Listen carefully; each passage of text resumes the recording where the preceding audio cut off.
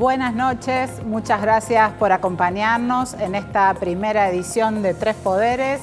Soy Virginia Guevara con Mariano Bergero y Julián Cañas. Cada domingo a las 21 vamos a tener entrevistas, análisis y datos de la realidad política de Córdoba y de los temas nacionales que más incidencia tienen en esta provincia. Bueno, es un gustazo arrancar este nuevo ciclo aquí en la pantalla de Canal C. Un agradecimiento muy especial porque nos han tratado desde el primer momento, de verdad, de mil maravillas, a José Ayaza, a Luis Esquerón. Así que muchísimas gracias por la confianza y esperemos que sea un ciclo, un largo ciclo en esta casa que es Canal C. Bueno, por supuesto, en un año electoral, Tres Poderes intenta ser una opción para los cordobeses. Los domingos a las 21 nos vemos aquí para seguir la campaña electoral y, por supuesto, el devenir de las gestiones provinciales y nacional. Los domingos a las 21 nos vemos en Tres Poderes. Pasamos ahora a la primer clave de la semana. Una clave que comprende del primer al último argentino. En el transcurso de la semana pasada y también de la semana que se inicia mañana, la gestión de Javier Milei se juega la suerte del programa económico y también del programa político, porque todas las decisiones que se están anunciando desde el viernes y que se van a terminar de conocer esta semana tienen como apuesta principal demorar una devaluación o que sea lo menos drástica posible para no incidir en la inflación y que esté a resguardo el proyecto político de Milei en las elecciones de medio término. Esto empezó el jueves pasado cuando se anunció la renovación del crédito swap con China por 5.000 millones de dólares. Continuó el viernes con el anuncio del acuerdo con el FMI por 20.000 millones de dólares y continúa mañana en lo principal de todo esto, que es la llegada del secretario del Tesoro de Estados Unidos con un anuncio o con una supervisión o con un espaldarazo a Javier Milei. Todo eso junto parece, ¿no? Todo eso junto, que parece fortaleza, pero en realidad describe una situación de vulnerabilidad de la economía argentina como no veíamos hace muchos años. Y Virginia, quien sigue con mucha expectativa toda esta negociación desde Córdoba es el gobernador Martín Yarlora, porque espera que se firme el acuerdo con el Fondo Monetario Internacional para salir inmediatamente a colocar bonos de deuda en peso para con esos pesos comprar dólares y afrontar los compromisos en dólares que tiene la provincia de aquí a diciembre, que son más de 500 millones de dólares. Es decir, que la negociación nacional del presidente con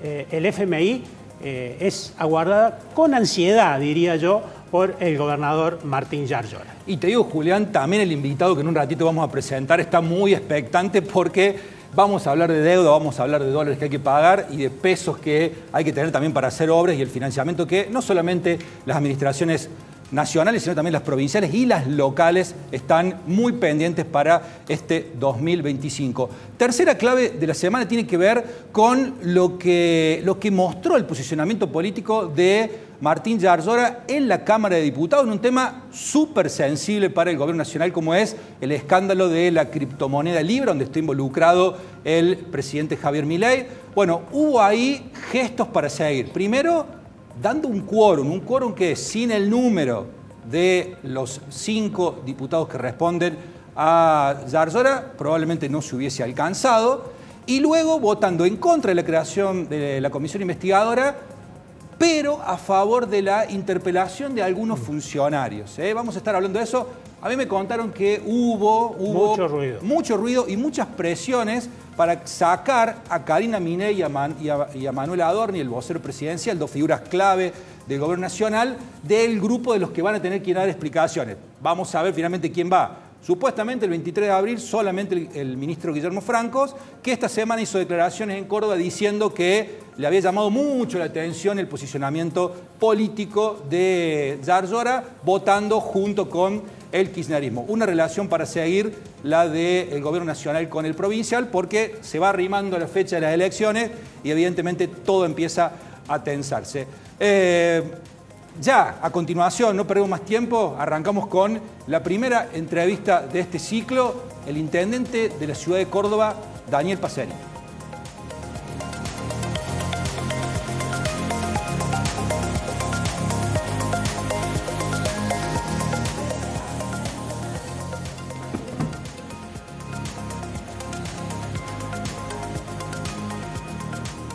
Estamos entonces ya con la primera entrevista de este ciclo, el intendente Daniel Pacerini. Buenas noches, intendentes. Muchas gracias por acompañarnos en este primer programa.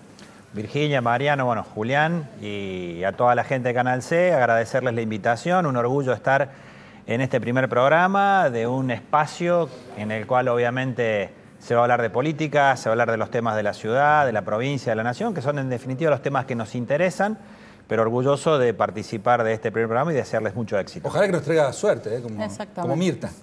Soy un poco más joven, pero... Sí, por supuesto. Intendente, esta situación en la que está ya en este tramo final de una reestructuración o de un foco económico un poco más despejado del gobierno nacional, ¿qué expectativas le genera? Y sobre todo si cree que con empezar de nuevo con el FMI, el gobierno tiene una chance de mejorar la calidad de las decisiones que está tomando. Bueno, más allá del resultado político, de las consecuencias políticas que deriven de este acuerdo, históricamente los acuerdos con el Fondo Monetario no fueron buenos para los argentinos y no trajeron buenas consecuencias políticas para quienes lo impulsaron. Llegar a un acuerdo, lo escuchaba recién en la apertura y coincido, no es una señal de fortaleza de un Estado tener que salir como se ha salido a buscar un acuerdo. Pero es cierto que es una necesidad del acuerdo por todas las consecuencias derivadas.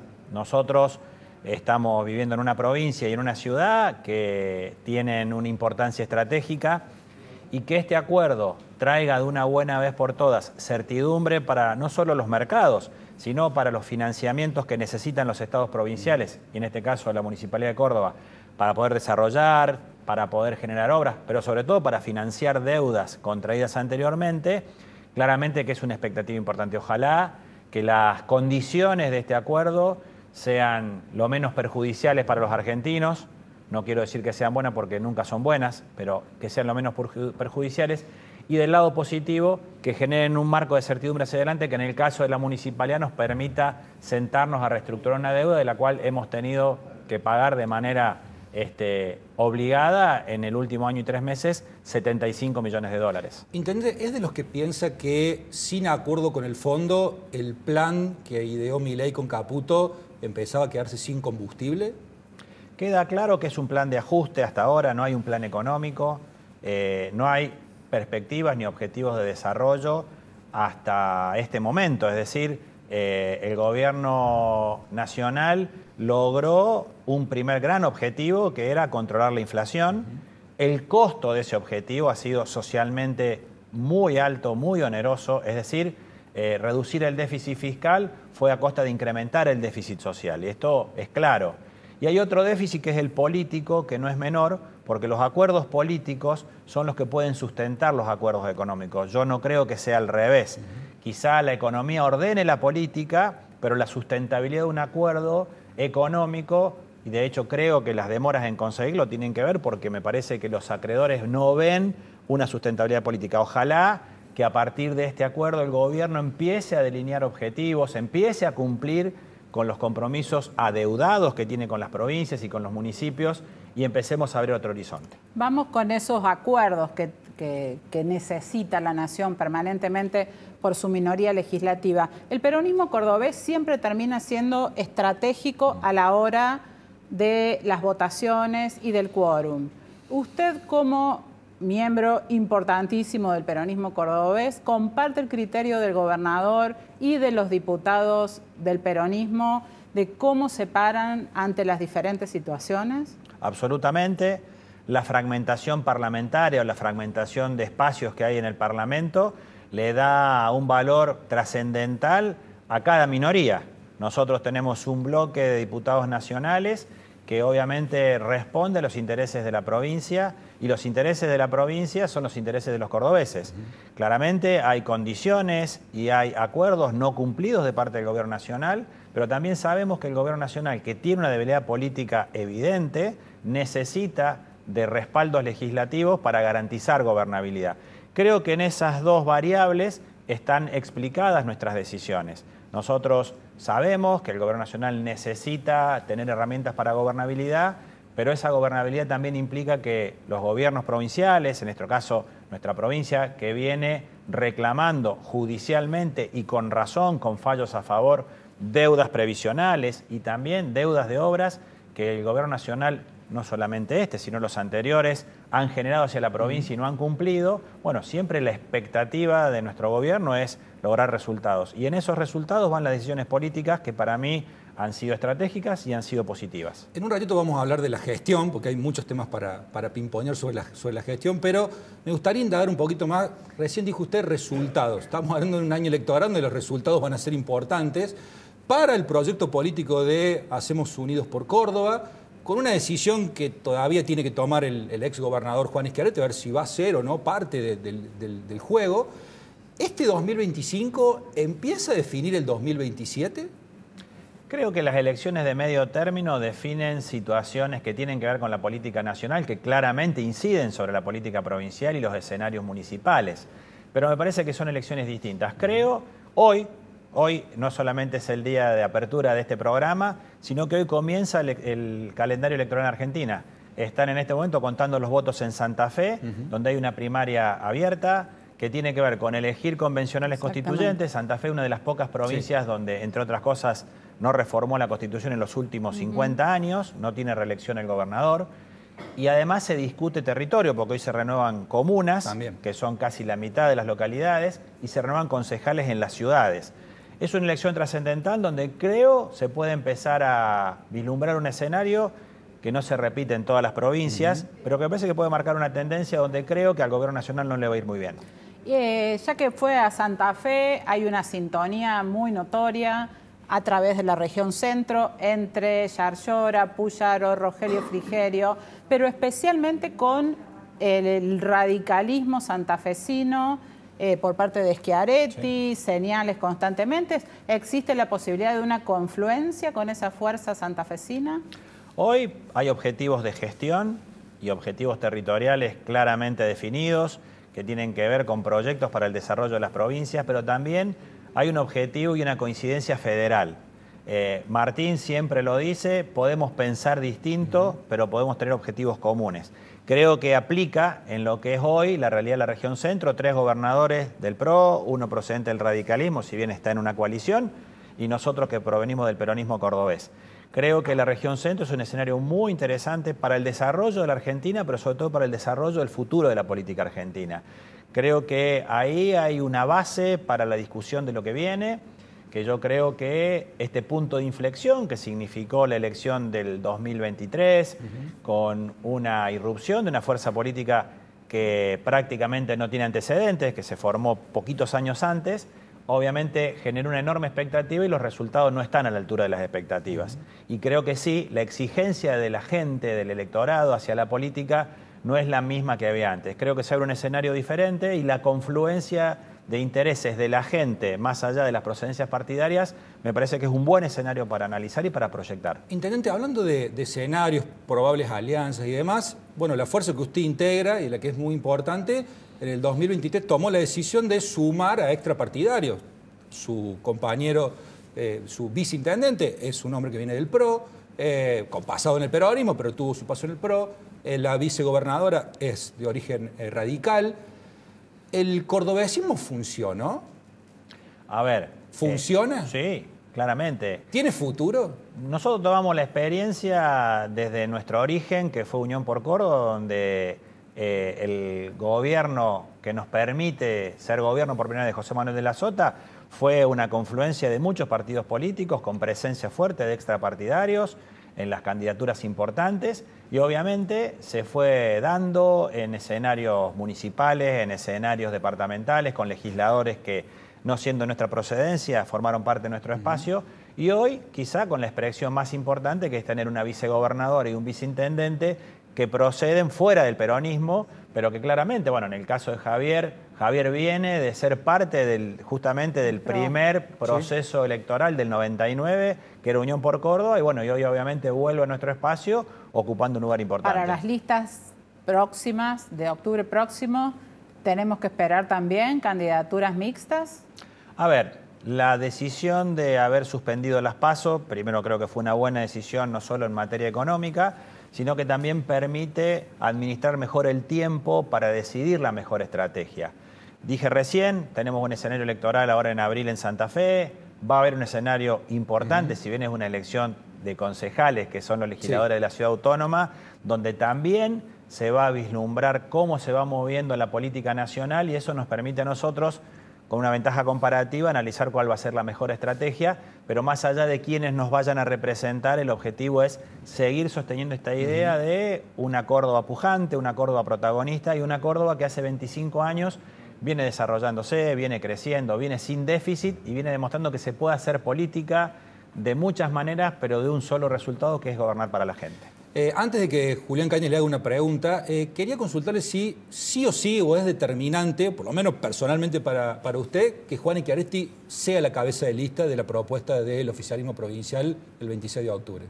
Claramente Juan Schiaretti hoy es el mejor candidato que uno pudiera buscar o pudiera pensar para encabezar una lista electoral en este escenario y en cualquier escenario. ¿Y el pálpito suyo cuál es? Y la verdad, más que pálpito, el deseo de todos los peronistas de Córdoba, y me atrevo a decir de la mayoría de los cordobeses, sean o no peronistas, es que Juan Schiaretti sea protagonista. Pero además de apreciarlo, lo respeto mucho y creo que la decisión en política sobre todo es de la persona que debe ser protagonista y seguramente Juan en su momento se manifestará.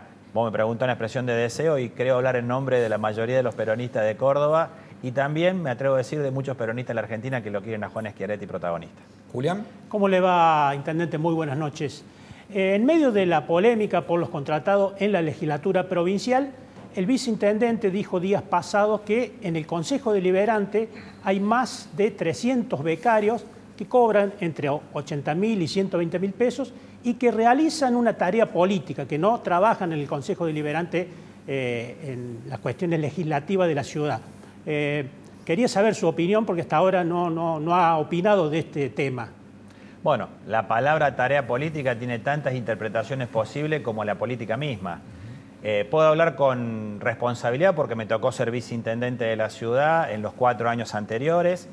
Me tocó ser parte de un proceso que obviamente logró el objetivo de que el Consejo definitivamente recuperara el lugar de protagonismo que tenía que tener, pudiera tener la sede propia que se había empezado, que se había amagado muchas veces, pero también fuimos parte de una profunda transformación del Consejo.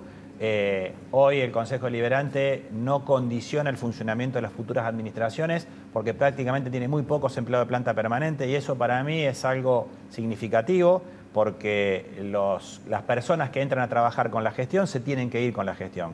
Para mí eso es trascendental en la política. Y la tarea política que hacen becarios, monotributistas y los asesores legislativos tiene distintos niveles de responsabilidad. La tarea política es acompañar en la gestión seguramente de cada concejal o de cada bloque de diversas maneras. Pero lo importante es que hay transparencia y que hay austeridad en lo que se gasta en el Consejo Deliberante de Córdoba y lo digo con conocimiento. En la cabeza de la gente está la palabra ñoqui. Está. Cada vez que se habla de casta, de gente que está en el Estado, sobreabundancia, lo primero que hay son ñoqui. ¿Cómo está esa situación en el Consejo? Si bien usted no está a cargo, ni mucho menos, pero es un hombre de la política que hace, no quiero, 40 años que está haciendo política, como mínimo.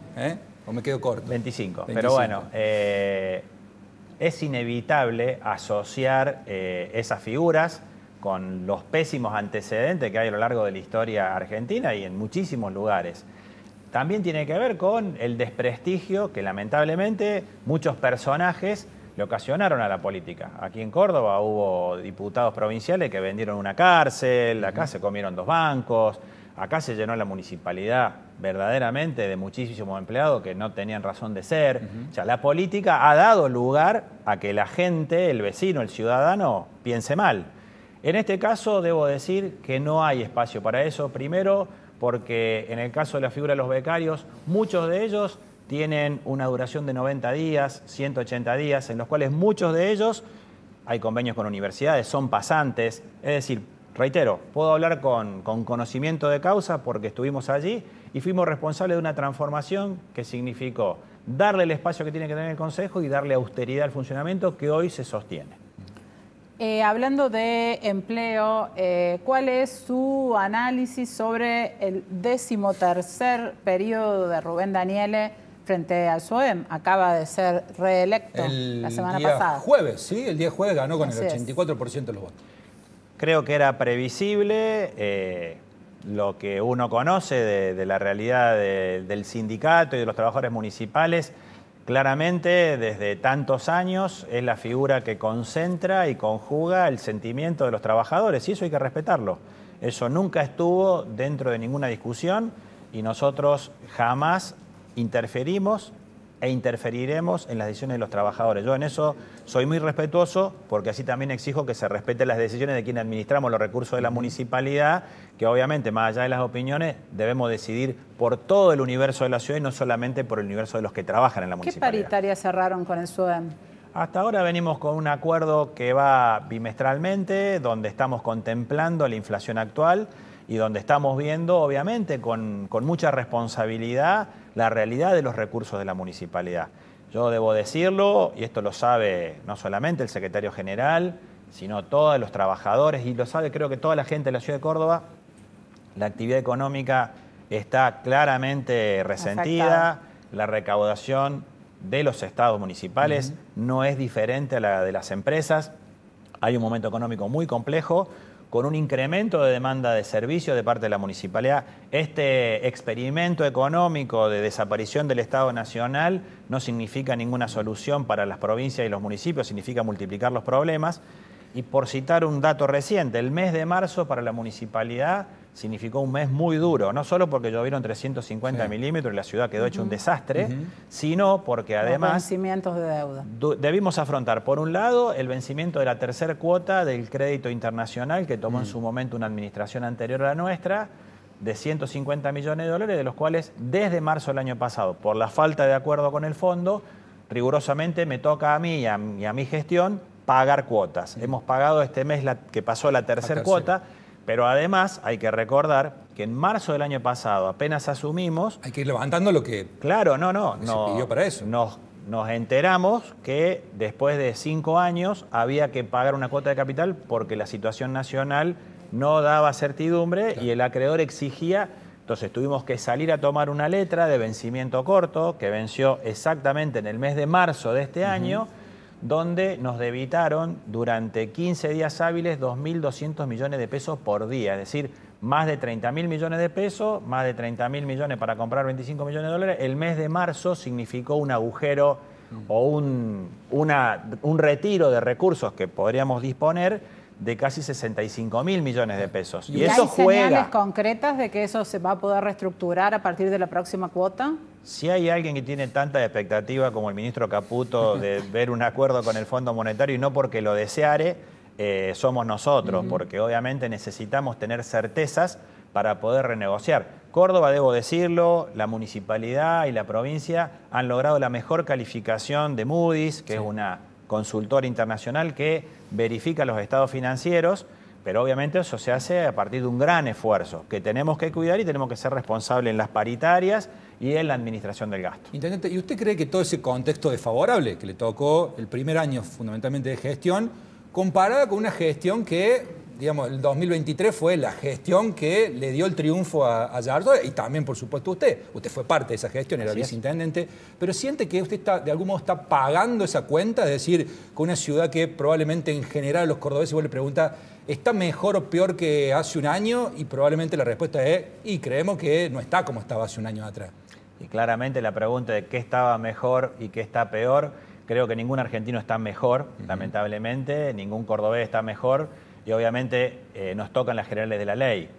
Claramente soy parte de la gestión y del proyecto político con Martín, me tocó ser viceintendente de él y claramente la ciudad estaba en un nivel muy bajo en materia de gestión, estaba destruida, abandonada y nosotros logramos recuperarla y sostener ese nivel de inversión es el desafío que tenemos. Nos tocó claramente asumir 2 desafíos en materia financiera que no estaban previstos en ningún cálculo el 10 de diciembre del 2023 cuando me tocó jurar. Pagar la deuda externa en dólares y asumir el déficit de un transporte que tenía subsidios nacionales, que tenía un impacto presupuestario calculado y el año pasado entre deuda externa y déficit de transporte nos tocó erogar 170.000 millones de pesos que no estaban previstos en el presupuesto, que los pagamos, que no generamos ningún estrépito financiero, pero que claramente salen del proyecto de obras y de servicios que uno quisiera tener. Si uno le pone el número de colectivos, o el número de ambulancias, o el número de cuadras de pavimento a 75 millones de dólares o a 100.000 millones de pesos de transporte, imagínate, nosotros ahora estamos empezando una obra de 800 cuadras de asfalto, cloacas y cordón cuneta, que significa una erogación de 57.000 millones de pesos. O sea, estamos hablando del triple. ¿Eso venía demorado? ¿Está activándose ahora? No, esa obra ya está licitada y en el mes de abril, entiendo que después de Semana Santa, ya comienza, son 36 polígonos de obra, más toda la obra que estamos haciendo en este momento. ¿Se redujo la prestación del servicio de higiene urbana? No, el servicio de higiene urbana está en este momento en una situación que también nos preocupa. Y acá voy a ser contundente y duro en una definición. Estamos padeciendo hoy un problema social muy grave que genera consecuencias también en eso. Y usted me va a decir, ¿qué tiene que ver una cosa con la otra? Lamentablemente cada vez es mayor la cantidad de personas o de grupos que obviamente desde buscar cosas para reciclar o lamentablemente a buscar comida, porque lo vemos, yo no soy hipócrita y no me gusta la hipocresía, obviamente generan lo que se llama diseminación y obviamente alrededor de los contenedores uno lo ve sobre todo los fines de semana, que cuando se atrasa un día la recolección porque es feriado o como pasó esta semana con el paro, uno lo ve de manera o sea, está diciendo que ya no es por reciclado, sino gente que busca comida. Claramente, y creo que lo vemos todos. No soy el único que lo ve. De hecho, esta semana ocurrió un hecho para mí muy triste, que cuando un camión compactador va a retirar un contenedor de basura, estuvimos a punto de ser parte de una tragedia, que reitero, es una tragedia social. Y en esto quiero ser enfático, no es un problema de higiene urbana. Estamos viendo un modelo económico, un experimento económico que está generando consecuencias terribles y que claramente no es solo responsabilidad de este gobierno nacional actual. La situación viene mal de antes y esto se está profundizando. Sí me preocupa por ahí la falta de sensibilidad, la falta de criterio político para no destinar recursos para eso. Me preocupa muchísimo porque soy el intendente de la ciudad y estamos generando... ¿Qué otras señales detectan esos síntomas de la crisis? Un incremento exponencial en la cantidad de lo que es demanda social, cantidad exponencial en la cantidad de consultas que tenemos en nuestros centros de salud. Para que ustedes tomen una dimensión, el año pasado, porque estamos viendo todos los números, tuvimos 1.100.000 consultas en los centros de salud periféricos, sin contar los hospitales. Los hospitales de pronta atención... ¿Y eso cuánto más es respecto del año pasado? Sí, un 40% más. Obviamente hemos puesto en marcha y recuperado el laboratorio de producción de medicamentos. Hemos hecho un buen trabajo de prevención para el dengue, que por suerte este año no fue un problema sanitario. Estamos transitando lo que hubiera sido la peor semana y evidentemente se ha hecho un buen trabajo de ordenamiento ambiental. Pero digo, jamás voy a venir acá a explicar con excusas una realidad. El servicio de higiene urbana tiene la misma cantidad de recolección y es más, hemos reforzado en el centro, en los corredores gastronómicos, los recorridos los fines de semana, porque obviamente se genera mayor cantidad de residuos. Pero hay una problemática que es evidente, es visible y reconocida por los prestadores y vista por nuestros inspectores. No es que se recoge menos, sino que lamentablemente se disemina más y eso, reitero y lo digo con mucho dolor, no es un problema ya solo de higiene urbana, sino que es un problema social. Intendente, ya que habla de uno de los servicios centrales, hablemos del otro, que es la prestación. Usted hablaba del déficit económico que le trajo el hecho de que se corten los subsidios a nivel nacional para financiamiento del transporte. Es otra área compleja, difícil, se ha achicado TAMSE, han entrado otros jugadores, pero no todos empezaron de la mejor manera. ¿Qué evaluación hace de eso y qué espera para el resto del año? Bueno, concretamente estamos tocando dos variables que en el presupuesto inciden muchísimo y que claramente la respuesta del servicio no está a la altura de lo que invertimos y de lo que uno quisiera tener. Esto es primordial y que no funciona bien desde hace tantísimos años. En ese sentido, nuestra decisión es claramente enviar un marco regulatorio que hemos enviado al Consejo, donde ahí sí me parece que hay diferencias sustanciales con el modelo anterior. No porque nos querramos hacerlo distinto, sino porque se terminaron los subsidios. Entonces hay que ir con un modelo que está en el marco regulatorio, que es con subsidio a la demanda. Después de muchos años hemos conseguido ser sujeto del derecho del Programa Nacional SUBE, hemos conseguido las validadoras para los coches, hemos tenido la oportunidad de que estas validadoras son multipropósito, es decir, uno va a poder usar todas las herramientas de pago. Entiendo que en mayo ya va a poder estar sirviéndose ese dispositivo, que ya está colocado en todos los coches, y en ese marco el objetivo es marco regulatorio, y en 90 días estimamos ya tener el pliego licitatorio con el marco regulatorio aprobado. Porque el tema son las frecuencias, la gente está cansada de esperar las paradas. Mariano, la ciudad de Córdoba tiene, por extensión y por historia, una demanda de coches, que hoy el servicio está por debajo de esa demanda, y obviamente la cantidad de coches que faltan, si tuviéramos la disponibilidad económica, hoy no están en el mercado. ¿Pero hay que esperar a que esté el nuevo sistema para que lleguen esos coches? No. Nosotros la licitación está vencida, la prórroga posible se venció el 1 de marzo, entonces establecimos, utilizando lo que el marco regulatorio hoy vigente nos permite, que es realizar contratos precarios de 180 días, en este caso una primera empresa prestadora que es FAM, y ya ingresó una segunda que es IUS, sumadas a Coniferal y a TAMSE. TAMSE obviamente ha cedido las posiciones que en su momento debió tomar por la salida de ERSA y ya están distribuidas, o sea, TAMSE ha quedado con el corredor de trolebuses y está alquilándole los coches a estas dos empresas que son dos UTEs que se han conformado.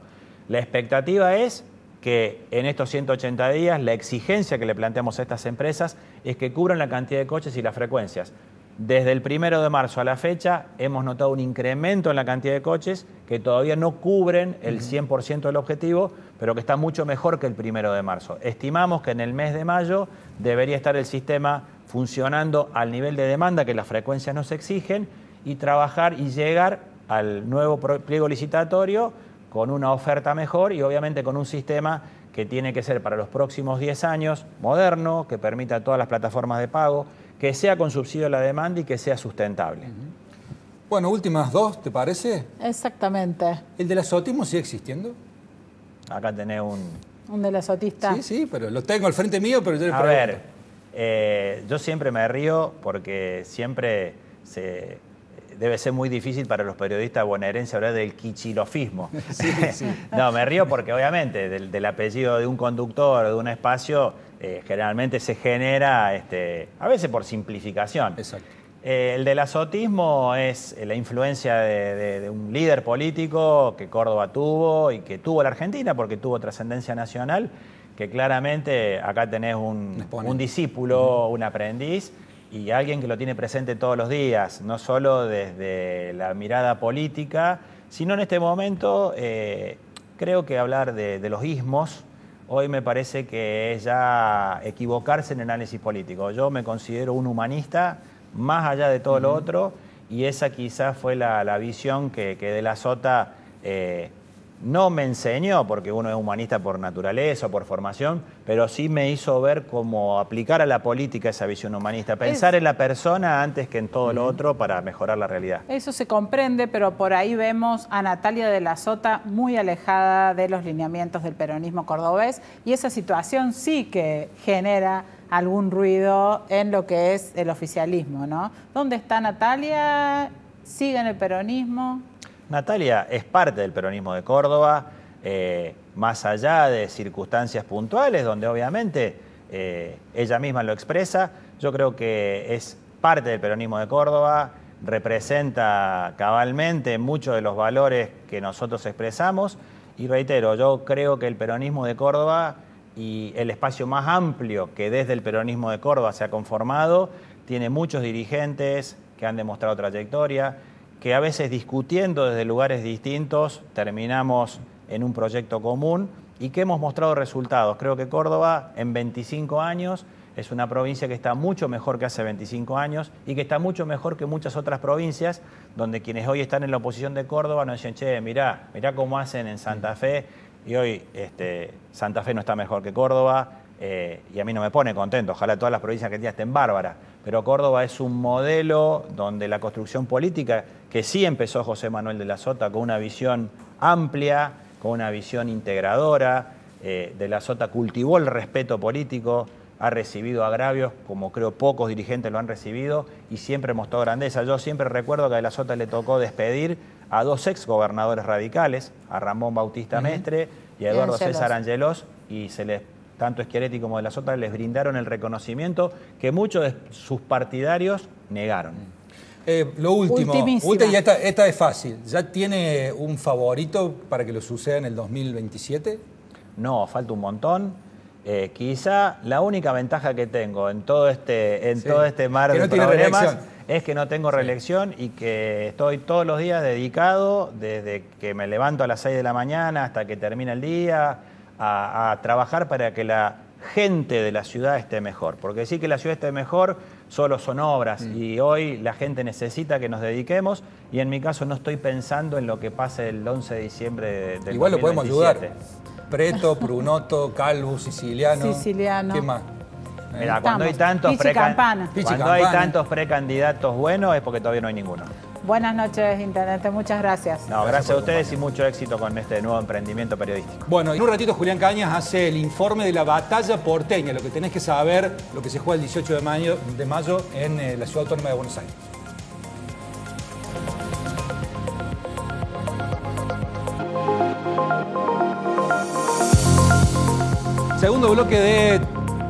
Segundo bloque de tres poderes y ahora vamos a tratar de entender qué se juega, porque es muy importante con Julián Cañas, en la batalla porteña, en la batalla de la Ciudad Autónoma de Buenos Aires. Exactamente, ¿qué votan? Que es como si votáramos todos los argentinos, pero no tiene nada que ver con los cordobeses. Bueno, le pusimos la batalla porteña. En realidad se van a votar 30 legisladores porteños. La legislatura porteña está constituida por 60 legisladores, se elige la mitad. Ese es el dato concreto, pero la política se ha transformado, la elección porteña, en una elección nacional. Claro, estos jugadores que hay, muy poquitos son del ámbito porteño. La gran mayoría podrían tener otro rol. ¿Saben mucho quién más tomó importante? la decisión que se votara anticipadamente el 18 de mayo? El expresidente Mauricio Macri. No la tomó el jefe de gobierno porteño, Jorge Macri, quien lo anunció, Claro. pero quien tomó la decisión política fue Macri. ¿Cuál fue el fundamento de la decisión de Macri? Es que quería hacer una elección local, bien localista, donde el PRO es muy fuerte y él decía, allí le vamos a ganar a los libertarios y al kirchnerismo. Adelantemos, tengamos un buen resultado y después negociamos con la Libertad Avanza. ¿Cómo viene? Como decía Marcos Peña, pasaron cosas y se nacionalizó la elección porteña. Hoy es una elección nacional porque el gobierno nacional decidió poner como primer candidato de la Libertad Avanza a Manuel Adorni, el vocero presidencial. Cuando muchos esperaban, Macri esperaba que fuera María Ramírez, quien es la referente de la Libertad Avanza en la capital federal. Adorni, hombre fiel a Karina Milei. Pero el que le rompió todos los esquemas Macri es este señor, Horacio Rodríguez Larreta. Exactamente. Macri estaba convencido de que Larreta iba a romper con el PRO, pero en la elección nacional, que iba a ser candidato a senador o a diputado en octubre. Sin embargo, el ex jefe de gobierno porteño y también fundador del PRO, junto con Macri, decidió ir de candidato a legislador porteño. Es como si Schiaretti quisiera ser candidato a legislador provincial. Más o menos esa fue la decisión. Y eso fue y va a ser un gran problema para el PRO que gobierna la ciudad autónoma de Buenos Aires desde hace 17 años. Es su bastión, digamos. Ahí Además todo. de la notoria fragmentación del mismo voto en 4 corrientes se roban separadas. votos. Rodríguez Larreta le va a sacar votos a la candidata de Macri, que es la diputada nacional Los Penato. Marra, expulsado de la Libertad Avanza, pero un hombre fuerte, midiendo muy sobre bien, todo en la capital federal, le va a sacar votos a Adorni. Y aquí hemos puesto a Lucille Levy, que es dirigente radical, es la candidata de Martín Lustó. Exacto. Las primeras encuestas, que por ser las primeras hay que tomarlas con mucha pinza. Con pinza, sí. La candidata del radicalismo, que en realidad es evolución, pero es el radicalismo, mide menos que la izquierda, por lo menos las primeras encuestas. Exacto. O sea que Lustó puede sufrir un tropiezo. Es decir, que en esta elección porteña se juega el futuro Mauricio Macri, Jorge Macri y sobre todo el PRO en Capital Federal. Está faltando un candidato que probablemente gane la elección. A esta hora viene a ser... Bueno, exactamente. Una declaración llamativa de los últimos días de Mauricio Macri. Prácticamente dio a entender de que va a ganar Santoro, porque dijo, el kirchnerismo en la Capital Federal tiene 25 o 26 puntos asegurados de piso, que es lo que marcan las encuestas. Y en esta elección, con estos candidatos, todos dicen, el que saca 25 puntos gana la elección. Es decir, que Macri ya casi que anticipó el triunfo de Leandro Santoro, un dirigente radical, alfonsinista de origen y que hace muchos años es kirchnerista, un hombre muy cercano a Cristina Fernández. Fue muy cercano a Alberto Fernández hasta que después, cuando Alberto ya no era tan digno ser cercano a Alberto Fernández. En definitiva, yo creo con el resultado, si finalmente se da esta situación de que gana Santoro, entre el macrismo y el milenismo o la Libertad Avanza se van a cruzar denuncias porque va a ser, por supuesto, un empujón importante para el kirchnerismo. Bueno, pero para aparte una señal que dice mucho sobre las reiteradas conclusiones, primero del PRO, ahora de la Libertad Avanza, de que el peronismo ya no tiene ninguna chance en Argentina. Bueno, no, por eso te digo, el eventual triunfo de Santoro va a mover mucho el avispero y además la otra consecuencia es cómo va a seguir la relación entre los Macri y los Milei. Julián, un tema. ¿Cómo impacta esto en Córdoba? Digo, porque una cosa es lo que votan los porteños, pero los cordobeses, hay dirigentes cordobeses que están expectantes de ver cómo viene esto para saber cómo proyectan sus próximas jugadas. Exactamente. Allí tenemos al gobernador Martín Yarlora, que hay que decirlo concretamente, lo hemos hablado mucho. Martín Yarlora es quien impulsaba la candidatura de Juan Schiaretti en Buenos Aires. No para esta elección legislativa, ¿no? Sino para la elección de octubre. Sí. Claro. Yarlora, o por lo menos su entorno, difundían de que si verdaderamente Schiaretti quería pisar fuerte el escenario nacional con el nuevo partido Hacemos, tenía que ser candidato en Capital Federal, donde en octubre se va a elegir senadores y diputados.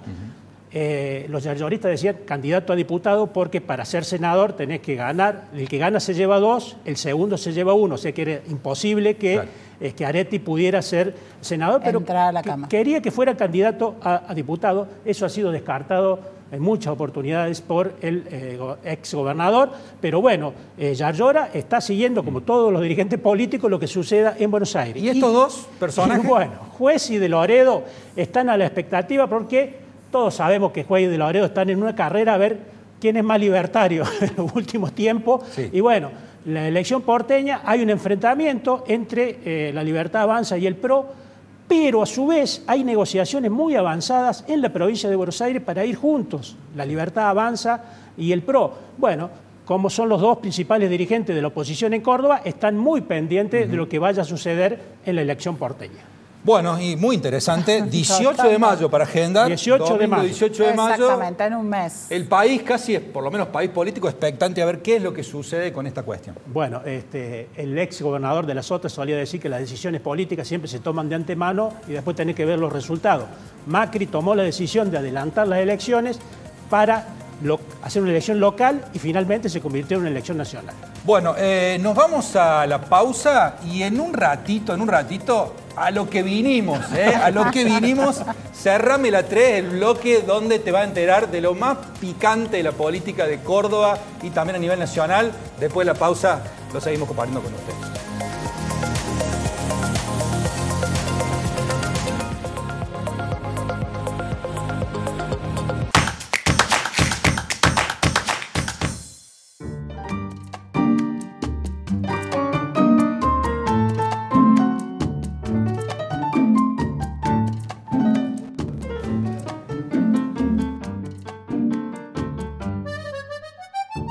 Bueno, va cerrando el primer programa. Vamos aflojando los nervios. Con el cafecito.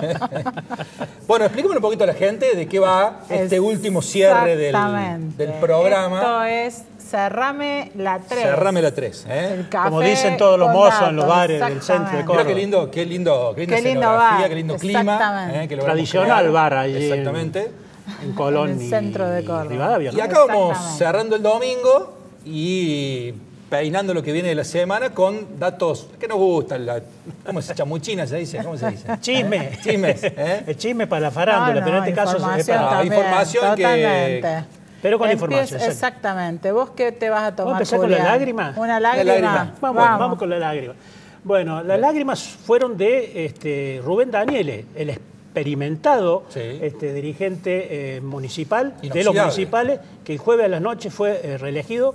Es la 13ª elección que gana y va a ser su 13º mandato, no consecutivo porque uno no pudo estar. Exactamente, una delegada. Jubiló Ramón Mestre, supuestamente, bueno, ¿no? Llamó la atención porque Daniele, bueno, es un hombre experimentado y la verdad se emocionó en el festejo, de ahí en el la discurso, allí soltó algunas lágrimas, pero dentro de la emoción tiró una frase que yo creo que vamos a hablar mucho en este programa a lo largo del año. ¿Cuál? Dijo, vamos a luchar contra la precarización de los empleados, un tema del cual hablaron con el intendente en el municipio. Es decir, le apuntó directamente a los becarios, a los monotributistas y sobre todo a los chalecos celestes.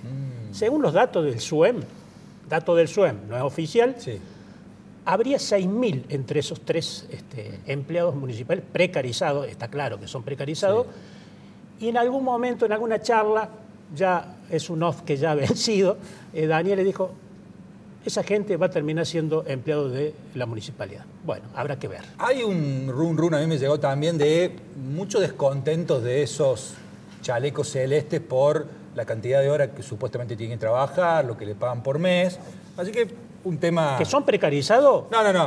Está claro, sobre todo a comparación del privilegiado estatuto de los empleados municipales. Tal vez sea el contraste lo más fuerte. Exactamente. Yo me voy a pedir un café doble. Bien fuerte, bien, pesadito. Sí.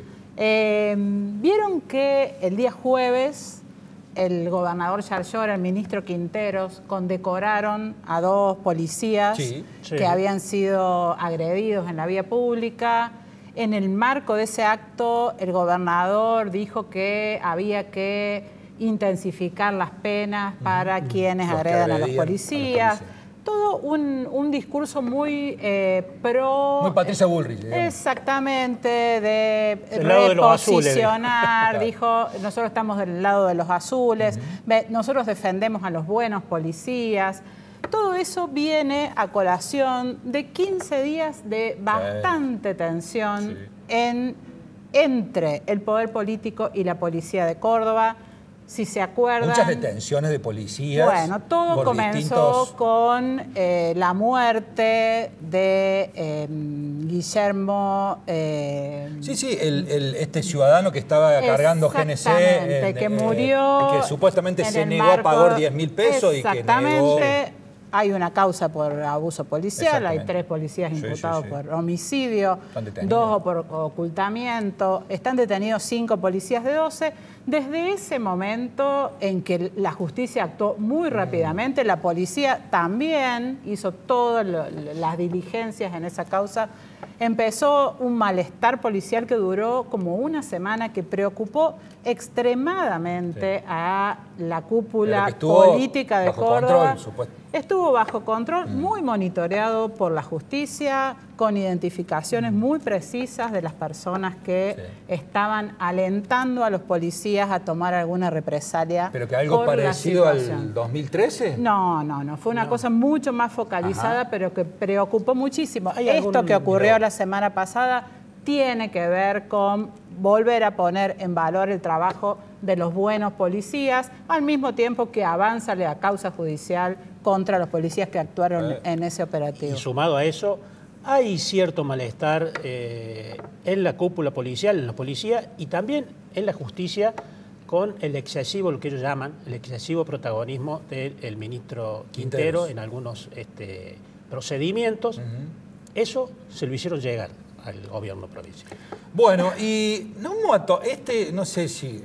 Este es medio de especialidad, este café que nos vamos a tomar, porque es raro, ¿no? Un café con grapa. Un café, hay que estar medio chupado para que esto pase. Pero no sé qué pasa son cosas que en tu pueblo, pero en Pasco, en invierno, el café va con... No, va con un toque. No, algo que pasó esta semana en el Consejo Deliberante, a lo mejor tenemos imágenes para mostrar, que se transformó en una mega pasarela para un desfile de moda de lo más top de Córdoba. Exactamente. Pero pasamos de los becarios... En el marco de que tenés 300 tipos que no saben qué hacen en el Consejo Deliberante, utilizan ahora también la explanada del Consejo, que quedó muy linda, hay que decirlo. Sí, exactamente. Ahí estamos viendo algunas de las imágenes, luce muy fashion y fue la semana del Córdoba Fashion. Sí. Pero esas imágenes que vemos son del día jueves. El jueves. Donde hubo tanto apuro en el hall del Consejo por montar las cámaras, por el movimiento de la silla, de las modelos, que la sesión fue muy a las apuradas, duró menos de una hora y básicamente fueron un par de beneplácitos y vamos que empiece el desfile. Vamos que empiece el desfile y nos perdemos la primera fila. Mamita, Bueno, no aprende más, ¿no? La verdad que sobre todo lo que llama la atención es la falta de timing, porque fue la semana en que el viceintendente tuvo que salir a decir cuántos eran los contratados, cuánta gente había en el Consejo. Y al mismo tiempo un mega desfile de moda. Con Preto el intendente fue muy diplomático, pero en el peronismo el tema de la polémica de los contratados en la legislatura. Preto, sin que nadie se lo dijera, se metió en una polémica. Justo los dos cordobeses, los dos principales, Prunoto y Preto, que Hernán terminaron pagando de algún modo, o fueron la cara visible de este escándalo. Para cerrar, los invito a leer La borra del café. ¿Qué tenemos? Con algo que para algunos, incluso me incluyo, era algo impensado.